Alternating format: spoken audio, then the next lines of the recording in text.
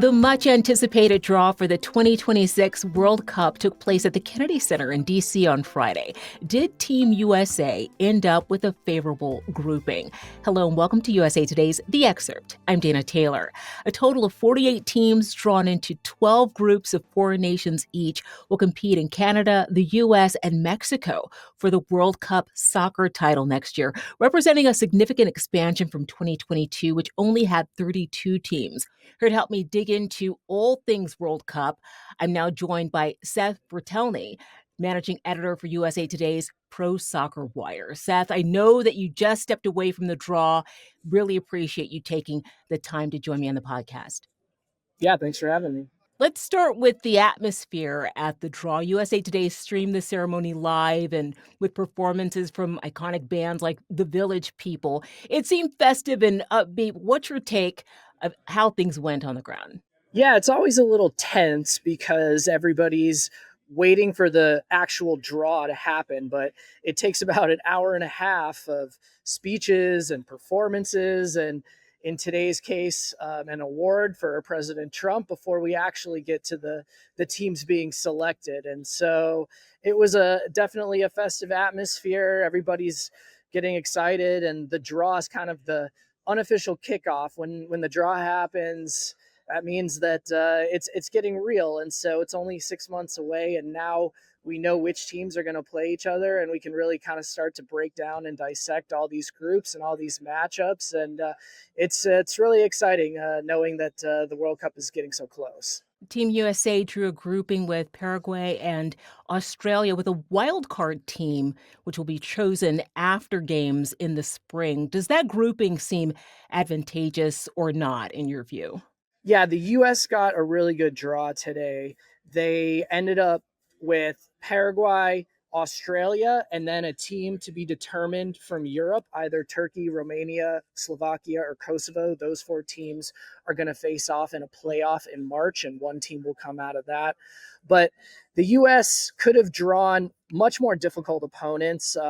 Interestingly enough, Paraguay and Australia are 2 teams that the US has beaten just in the last couple of months. The US played Australia in October, and they beat them 2-1 in a friendly, and then they beat Paraguay 2-1 in a friendly in November. So they'll go into those games with a lot of confidence. And the US could have also drawn a more difficult team from Europe. I think Turkey, Romania, Slovakia, or Kosovo are all opponents that the US will be favored against. And so when you factor in that the US is going to have home field advantage, and that 32 teams out of the 48 are going to advance to the knockout stage, the U.S. will go into this tournament with every expectation of getting through the group stage and advancing to the knockouts. Seth, what other teams drew groups that might position them for a good chance at making the knockout round? And also, were there any notable losers?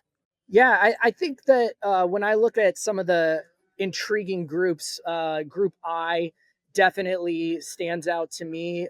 You have France and Senegal. You have you're a playoff winner, and then you have Norway. I think everyone was going to have their eyes on Norway because they were in pot 3, which means they were along with some lower ranked teams. But if you made a list of the 10 favorites to win this tournament, you might put Norway there because of how strong they've been in qualifying, because they have a superstar forward in Erling Haaland. And so to see France back-to-back finalists drawn with Norway, that's going to be really interesting. And Senegal also always brings a really intriguing and interesting roster. And then I would also go to Group L.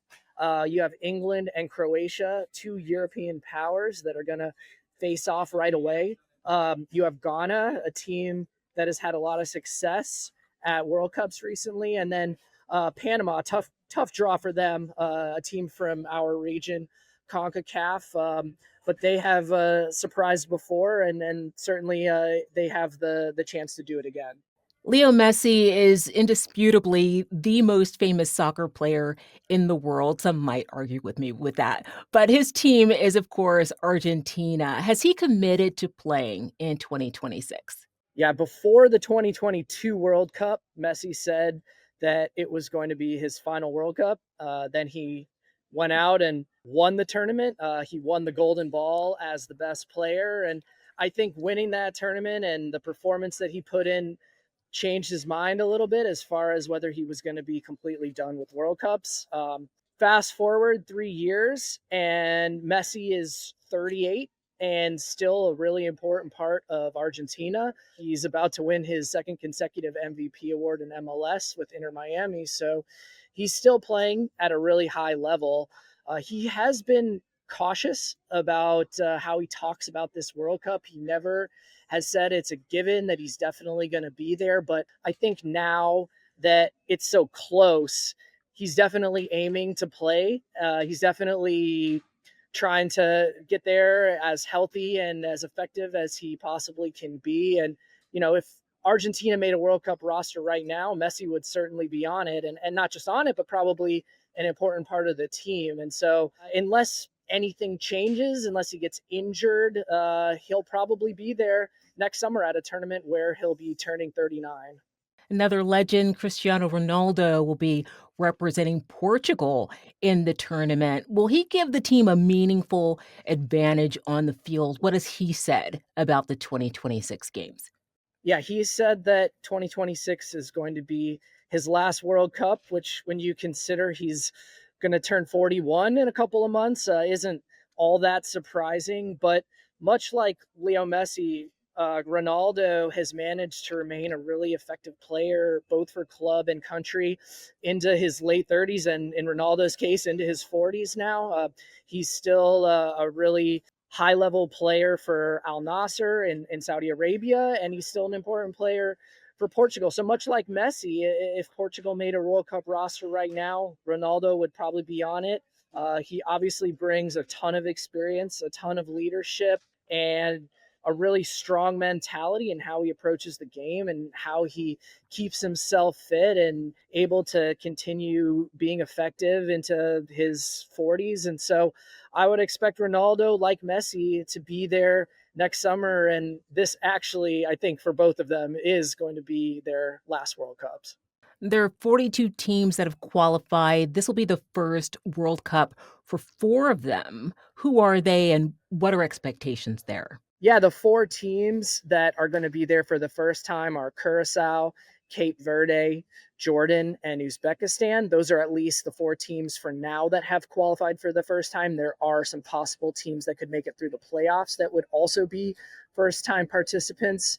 But when you look at these teams, I don't think any of them are necessarily expected to go far in the tournament, but they're all really great stories in their own right. I think the team that a lot of people are going to be focused on is Curacao, because they are the smallest country to ever qualify for a World Cup. There's just over 150,000 people in Curacao, so it's amazing that they made it this far. They've only been able to compete as an independent nation since 2010. They were a part of the Netherlands before, and they've been able to take advantage of their Dutch heritage. They have a number of Dutch-born players on their team. But another interesting aspect of Curacao is that their manager, Dick Advocat, is going to be the only coach who was a manager at the 1994 World Cup, the last time it was held in the United States, who will be there in 2026. And so Curacao is going to be a great story to follow next summer. Seth Vertelney is the managing editor for USA Today's Pro Soccer Wire. I cannot wait for the World Cup. I know that you can't either. Thank you so much for carving time out from the draw to join me, Seth. Thanks for having me.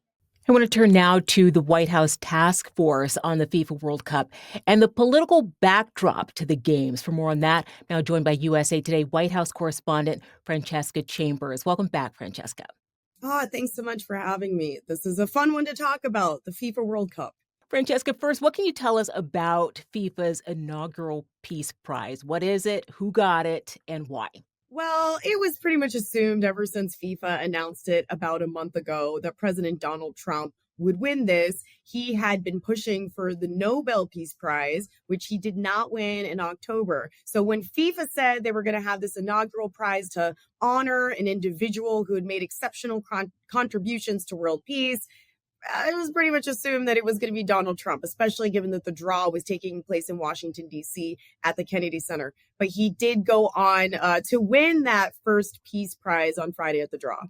The games are, of course, taking place under a Trump administration that's really put the spotlight on immigration. Has FIFA voiced any concerns about visas or how visitors and even players from other countries might be treated while visiting the U.S.? So FIFA's president has said that he expects this to all work out just fine. And he was actually in the Oval Office with Trump in November as the United States announced that it was going to have expedited visas for fans of FIFA who have tickets and are planning to come to the game. But there has been some concerns that have been raised since then about the president's travel ban on 19 countries, which have either partial or full restrictions on those countries and the ability of people from those countries to be able to travel to the United States. That contains exceptions for players and key members of the delegations, but that doesn't necessarily extend to fans of those countries' teams. At the same time, members of an Iranian delegation were kept from coming to the World Cup draw.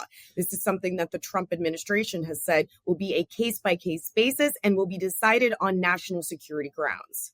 One of the big questions here is, will there be immigration raids at the games? Has Trump or Department of Homeland Security Secretary Kristi Noem directly addressed that question?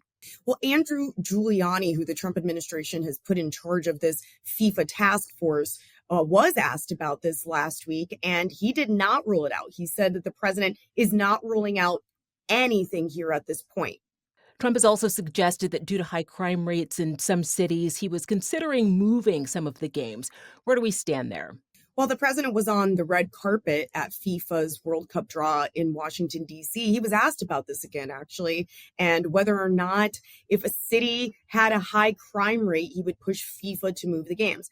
Now, he said that that's not something that he wants to do, that he wants to have to ask FIFA to do. And he said that if a city does have a problem with crime, he hopes that they would come to the Trump administration and ask them to help with that before the games are held next summer.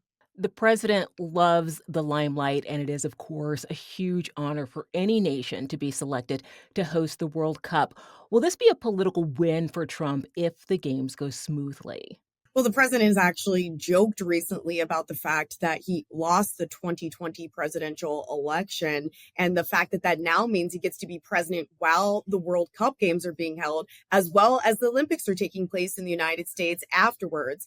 One thing I would also note is that this has really put a spotlight, as you were suggesting, on immigration in the United States and how the State Department is going to be handling these visas that we're talking about. They say that they've added 450 extra staffers to consulates around the world to make sure that they can keep up with all these visa appointments, and that they created already an additional 300,000 visas. They expect that to be in the millions by early next year. So this is just quite a lot of work for the United States for all of these sporting events in order to be able to host all of the people who are here. Francesca Chambers is a USA Today White House correspondent. Good to have you back, Francesca. Thank you so much. Thanks for watching. I'm Dana Taylor. I'll see you next time.